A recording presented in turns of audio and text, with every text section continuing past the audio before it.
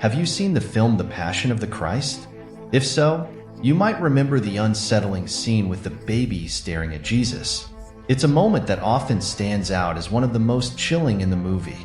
But who exactly is that eerie child with the androgynous face, displaying both masculine and feminine traits? Does the Bible provide any insights into this unsettling figure that continues to spark our curiosity and fear? Was director Mel Gibson trying to convey a deeper message to viewers that even 2 decades later remains somewhat elusive? In today's video, we'll explore some theories about the identity of that unsettling, childlike figure carried by Satan in the Passion of the Christ. Stick around till the end, where I'll reveal which theory holds the true explanation. But before we begin, I'd like to ask you to leave a like, subscribe to the channel, and turn on the notification bell. This way you'll receive updates whenever I post a new video, allowing me to help you on your daily walk with God. Mel Gibson's The Passion of the Christ, featuring Jim Caviezel as Jesus of Nazareth, was a blockbuster success upon its release in 2004. The film dramatically depicts the final hours of Jesus Christ's earthly life, including his anguish and temptation in the Garden of Gethsemane, Judas' betrayal, his arrest and trial, and the brutal journey to his eventual crucifixion and death. Upon its theatrical release, The Passion of the Christ faced significant backlash from critics due to its graphic and brutal portrayal of violence, which starkly contrasted with previous films about Christ's life that often downplayed the suffering and agony of the Passion. Besides the 4 Gospels in the New Testament, Mel Gibson also turned to other texts about Christ's life for inspiration when creating his film. It's crucial to note that not all events portrayed in the movie are explicitly depicted in the Bible. Nevertheless, this doesn't diminish the film's powerful and realistic impact.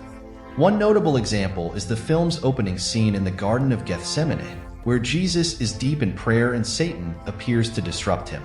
Soon after, Christ is depicted crushing a serpent's head with his heel, alluding to the biblical passage in Genesis 3 verse 15. In this verse, God foretells that the offspring of the woman will strike the serpent's head, marking the first biblical prophecy of Jesus' arrival on earth. Another striking example is the scene where Judas Iscariot is haunted by demonic figures appearing as children. They pursue him, hurling curses and condemning him to eternal damnation, all while spitting on him. Suddenly, the carcass of a decaying donkey materializes before him, swarmed by flies. On the animal, Judas finds a rope which he ultimately uses to end his own life. Another standout moment in the Passion of the Christ, not documented in the 4 Gospels but captivating nonetheless, occurs during the crucifixion. One of the criminals, after taunting Christ, is abruptly pecked in the eye by a crow. Additionally, there's a flashback scene where Jesus, working as a carpenter, constructs an unusually tall table at the behest of a Roman who ridicules it. Among all the scenes in the movie that aren't found in the biblical account, the most striking and chilling is undeniably the one featuring the baby.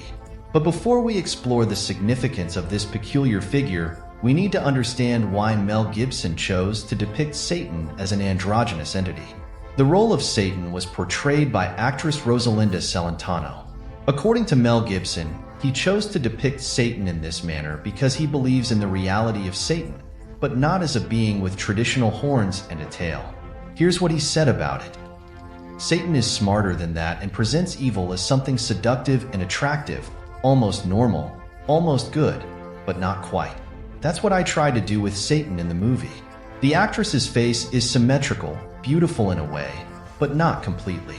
For instance, we shaved her eyebrows and filmed almost in slow motion so she couldn't blink, giving the sense that she isn't normal. We dubbed the voice with a man's groan, even though the actress is a woman. And that's what evil does. It takes something good and distorts it a bit.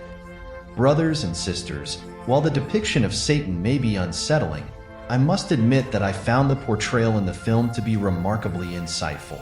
This is precisely how our enemy presents himself, as something or someone appealing and attractive, when in reality, he is anything but.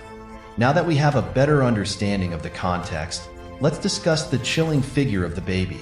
In this scene, Jesus is being brutally whipped by Roman soldiers, while Satan is seen moving through the crowd, observing the violence inflicted upon the Son of God. During this moment, the devil is holding a small child who gazes at Christ with a disturbingly malevolent expression. The baby's unsettling expression has left a lasting impression on many viewers. For this scene, Mel Gibson cast Italian actor Davide Murata, who is now nearly 62 years old. While not widely recognized in Hollywood, Murata has appeared in other European productions. However, his most memorable role, despite its brevity, is undoubtedly in The Passion of the Christ. Regarding the significance of the baby's appearance in the film, there are three prominent theories that we'll explore. After presenting each, I'll reveal which one aligns with the filmmaker's intent. Remember, brothers and sisters, that while the Bible doesn't describe Satan physically present with a child among the crowd, we know his spirit was actively influencing people to condemn and mistreat the Son of God. Now, let's dive into the theories. The first theory is that Jesus was abandoned by the Father. Many viewers interpret the scene with Satan holding the baby as a twisted attempt to taunt Jesus. By presenting himself with a child, Satan is essentially saying, "Even I can care for a child," while implying that God, the loving and caring Father, has abandoned Jesus to be brutalized, humiliated, and ultimately killed by humans. In this view, the devil is mocking Christ's suffering. This theory is intriguing because it echoes the temptation Jesus endured from Satan in the desert 3 years prior. During that encounter, the devil took Jesus to a high place and urged him to throw himself down, asserting that God would send angels to rescue him. Jesus responded by quoting Deuteronomy 6, saying, "You shall not put the Lord your God to the test." The second theory is the presence of the Antichrist. Another interpretation of the scene in The Passion of the Christ suggests that the woman symbolizes death itself, while the baby represents the Antichrist, gleefully mocking Jesus in his defeat. The laughter implies their belief that, with the crucifixion, Jesus will be vanquished and they will reign over the world forever. This idea is also compelling because it draws a parallel between the baby Jesus in the arms of his mother Mary and the eerie baby representing the Antichrist, mimicking the divine narrative and presenting itself as the savior of humanity. As we know, the Antichrist will emerge, claiming to offer peace and security in exchange for worship in his name. Moreover, this theory proposes that while the Antichrist has not yet revealed himself to the world, his spirit is already present on earth, not just observing events but actively influencing people's lives and the decisions of leaders who will eventually facilitate his rise to global power. And the third theory is that Satan distorts God's creation. The final theory about the scene of Satan carrying a demonic baby during Christ's scourging diverges significantly from the first two. It centers around Mel Gibson's decision regarding Satan's physical appearance.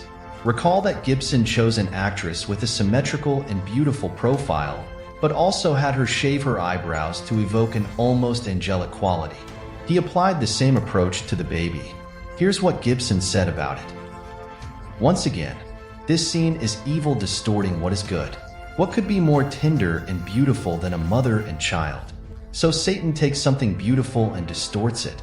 Instead of a normal mother and child, we have an androgynous figure holding a 40-year-old baby with hair on its back. It's rare, impactful, it's too much.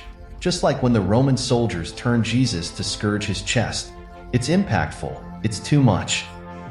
And this is the true message behind the unsettling baby scene in The Passion of the Christ.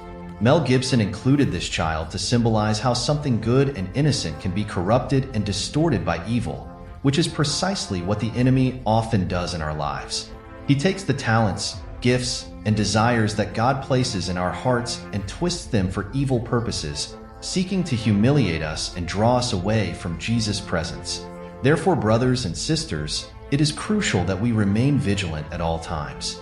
As Christ himself warned, Satan is like a roaring lion, seeking someone to devour. But we need not fear, because contrary to what the devil wants us to believe, God is not a father who abandons his children. He will always care for us, even in the most challenging moments. And if we remain with him, We have everything we need. If you like the video, please leave a comment and subscribe to the channel. Thanks for watching, and may God bless your life.